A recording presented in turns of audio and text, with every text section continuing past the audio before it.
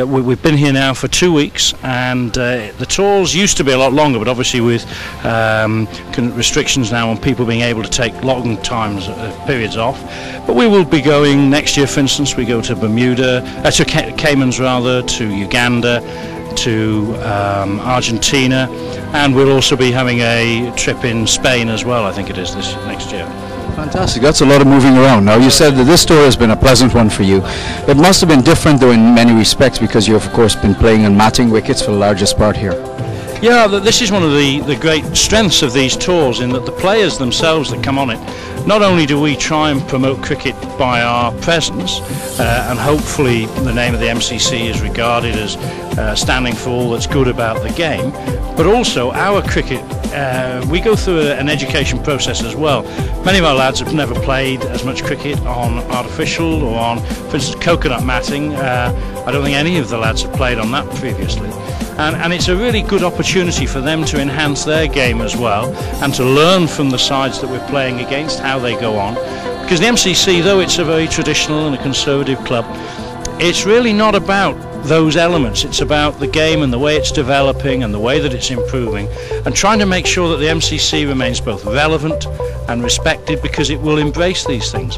For instance, the white ball is something that we embrace, though we've not worked the first time we've used it on this tour, but for several years now we've been having experiments with the pink ball, playing against the champion county in Dubai as a means of testing this pink ball. So this is a club that loves to tour, loves to see nations developing in their cricket, but also learns as it goes along too.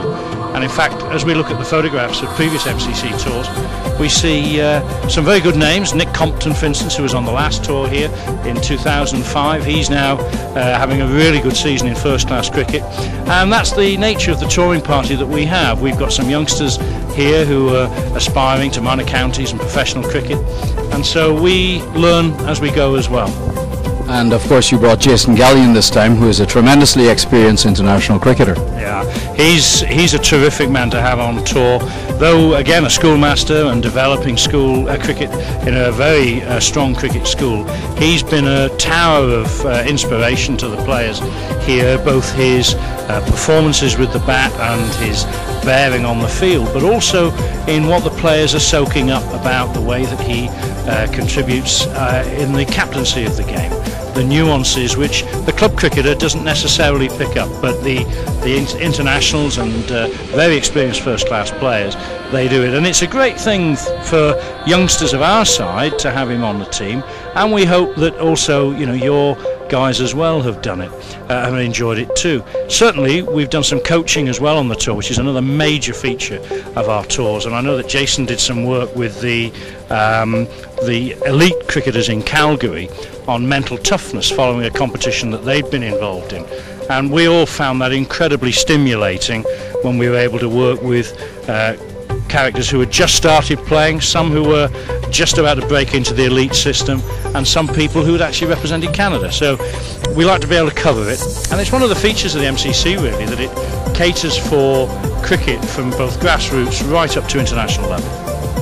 Well, of course today's game was a little disappointment for you, because a 20 over game, as you mentioned to me earlier, in a 20 over game anything can happen, and you got caught off guard very quickly, and there was no way back. But tomorrow you go on to Toronto Cricket, Curling and Skating Club, and I was saying earlier while we were doing commentary that I think you're finishing on a high note by doing that. Well, everyone has told us that the Toronto Curling and Cricket Club is sensational. It's the Lords of Canada, which we're really looking forward to. But you know, it's not just about playing at the really prestigious and elite grounds. It's about going where cricket needs to be developed. It's about playing on pitches or in areas where we know there's a lot of cricket going on, there's a lot of enthusiasm, and to try and channel that enthusiasm to the betterment of the game. We're really looking forward to the representative fixture, if you like, at the end of it, but you know, it's a lot more than that. We played a game the other day in Calgary in what was, I think they call it a dry pond. And they turned it from this dry pond into a surface where they were playing elite games on it, and we were happy to go because it brought in so many people that were keen and enthusiastic. They'd heard us on the radio or on programs like this, and it really was inspirational really to see just how many people came.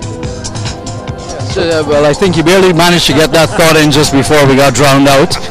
So I think dancing on tour. I'd like to say thank you for having sat with me, Steve. It's really been a pleasure getting to know you, and I'm really happy that your team had a pleasant visit here to Canada. We've had an absolute sensational time, and for anyone that's hosted us and for all that Cricket Canada do, we're extremely grateful. Thank you very much. Thank you. Steve Sallisburry, the manager of the touring MCC team. This is Persad signing off for Sorghum TV. Stay with us. We'll be coming back with the final of the OPL, the Chevrolet OPL T20 final between the Toronto Towers and, of course, the Brampton Kings. Thank you and goodbye.